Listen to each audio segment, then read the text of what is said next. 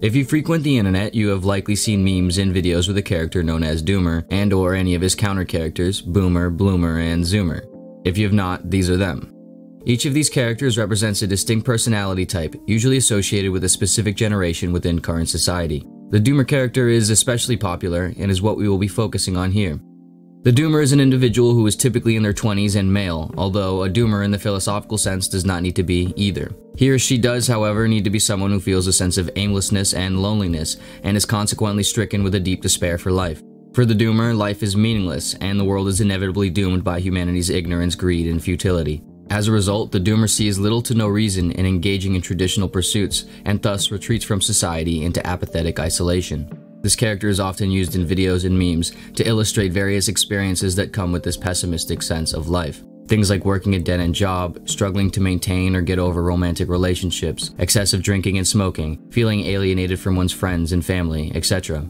This character's popularity and widespread relatability is very telling about the conditions of the modern person, specifically that of the current young adult generation. It reveals the depth of pessimism and nihilism being experienced, a hopelessness for both the now and for the future. One of the Doomer's counter-characters is the Boomer, the name being derived from the term baby boomer, an individual born between 1946 and 1964, 2 generations or so before the Doomer. However, the age and generation of a Boomer does not necessarily matter. What does matter is this character's contrasting outlook on life.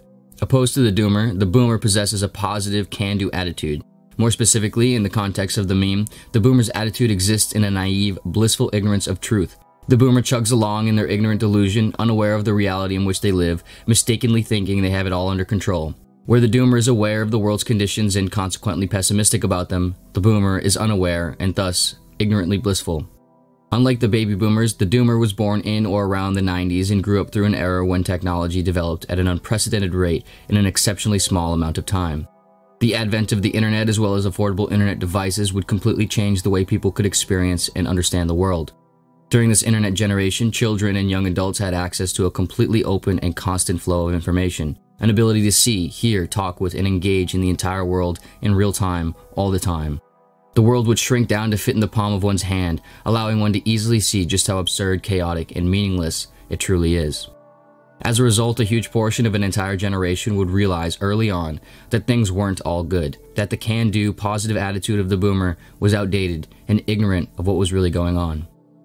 With lingering counterculture narratives from the 60s and 70s, a decreasing popularity in Christianity following the Second World War, and an increasing access to information, this generation would be left with no traditional meaning or hope to fall back on. A generation where many find a piece of themselves in the Doomer. So now what? Are we doomed to exist in a world where the options are either blissful ignorance or informed melancholy? In order to better understand and deal with growing pessimistic and nihilistic tendencies, it is helpful to refer to the work of 19th century philosophers Arthur Schopenhauer and Friedrich Nietzsche. Arthur Schopenhauer is often regarded as the philosopher of pessimism, arguably the original Doomer.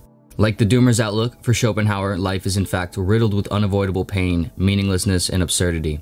For Schopenhauer, we are prisoners to our unconscious instinct to survive, reproduce, and sustain existence. And, in the traditional sense, everything we do in life is merely a product of this irrational force, void of any purpose other than to continue to sustain itself. As a result, we live a life of delusion, constantly in a frenzy, trying to impress sexual partners in order to reproduce, and trying to accomplish things in order to find happiness. Schopenhauer writes, "There's only one inborn error, and that is the notion that we exist in order to be happy. So long as we persist in this inborn error, the world seems to us full of contradictions. For at every step in things great and small, we are bound to experience that the world and life are certainly not arranged for the purpose of maintaining a happy existence." In Schopenhauer's mind, we want so badly to believe that we exist to be happy and to have specific purpose, but with an honest examination, we realize we do not. This perspective does not fall far from that of the Doomer. Arguably, neither the Doomer nor Schopenhauer are necessarily wrong in their assessments of life. Life is in fact linked with chaos, pain, and fundamental meaninglessness. The real problem, however, is not found in this realization, but how this realization is handled. Schopenhauer offered 2 solutions for the realization of life's meaningless suffering: asceticism and art. Asceticism is the disciplined avoidance of pleasure, an overcoming of the unconscious desire and pursuit for the selfish and material, be it things like sex, vanity, money, social status, etc. Schopenhauer felt that by obtaining control over the ceaseless yearning for things, one can find a form of happiness in the present moment. However, Schopenhauer also acknowledged the sheer difficulty in accomplishing this feat, for it is not enough to merely realize the senselessness of one's behaviors in order to stop them from occurring. The level of discipline and commitment required would prove immensely difficult for even the wisest of individuals. Alternatively, Schopenhauer provided one other solution: engaging in the aesthetics of art and philosophy as much as possible. In this, Schopenhauer suggested that things like poetry, theater, music, paintings, literature, theory, etc. have the power to reveal and share truth, a truth that liberates the individual during the moments he or she is engaging in it. By expressing our pains and sufferings or engaging in the expressions of others, we feel less imprisoned and less disillusioned in ourself. With this, one does not need to find anything worthwhile or ultimately meaningful in the materialistic or traditional world beyond the mere expression of one's disinterest and pain within it. In expressing pain and absurdity through arts and philosophy, the pain and absurdity is transmuted into wonder and purpose for oneself as well as others.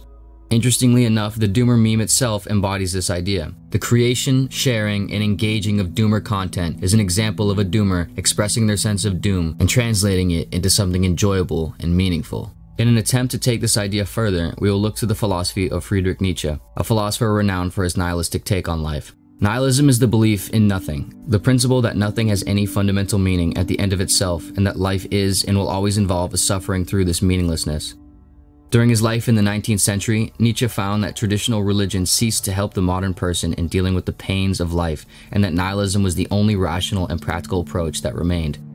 However, for Nietzsche, the meaninglessness found in nihilism did not suggest that we should give up and retreat into a dull, apathetic life. Rather, the realization that life is meaningless permits the individual to look inside him or herself and create their own meaning and self-identity. The world is full of systems and pressures to conform to the collective, religions, traditions, and mass movements that attempt to lead us in certain arbitrary directions. The individual, Nietzsche writes, has always had to struggle to keep from being overwhelmed by the tribe. If you try it, you will be lonely often and sometimes frightened. But no price is too high to pay for the privilege of owning yourself. The pressure of accepting mass methodologies and principles in life is, has, and will always be immense. The resistance of such comes with feelings of alienation and hardship. However, for Nietzsche, the pain of caving in is infinitely worse. In the context of modern times, perhaps the Doomer feels a heightened alienation from the world because the internet compounds the weight of social pressure and a sense of detachment. However, this experience of alienation and despair is not unnatural nor without value. Rather, one must walk deliberately through the mud of life, realizing that there will be ongoing pains and challenges in their self-actualization, and instead of turning away from them, lean into them and face the sufferings head-on, developing themselves and their personal meaning, no matter how uncommon or hard it may be. Nietzsche felt that the key to suffering is knowing how to use suffering. I assess the power of a will by how much resistance, pain, torture it endures and knows how to turn to its advantage, Nietzsche writes. By inviting suffering in and recognizing it as an opportunity to develop wisdom and resilience, we utilize it as a method of creating our own purpose and greatness.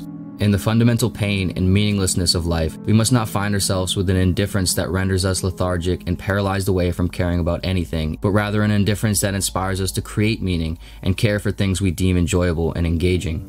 For both Nietzsche and Schopenhauer, the greatest reason for life is found in the self-realization and self-expression of one's unique truth, the utilization of the suffering and chaos in life and turning it into wonder, wisdom, and greatness.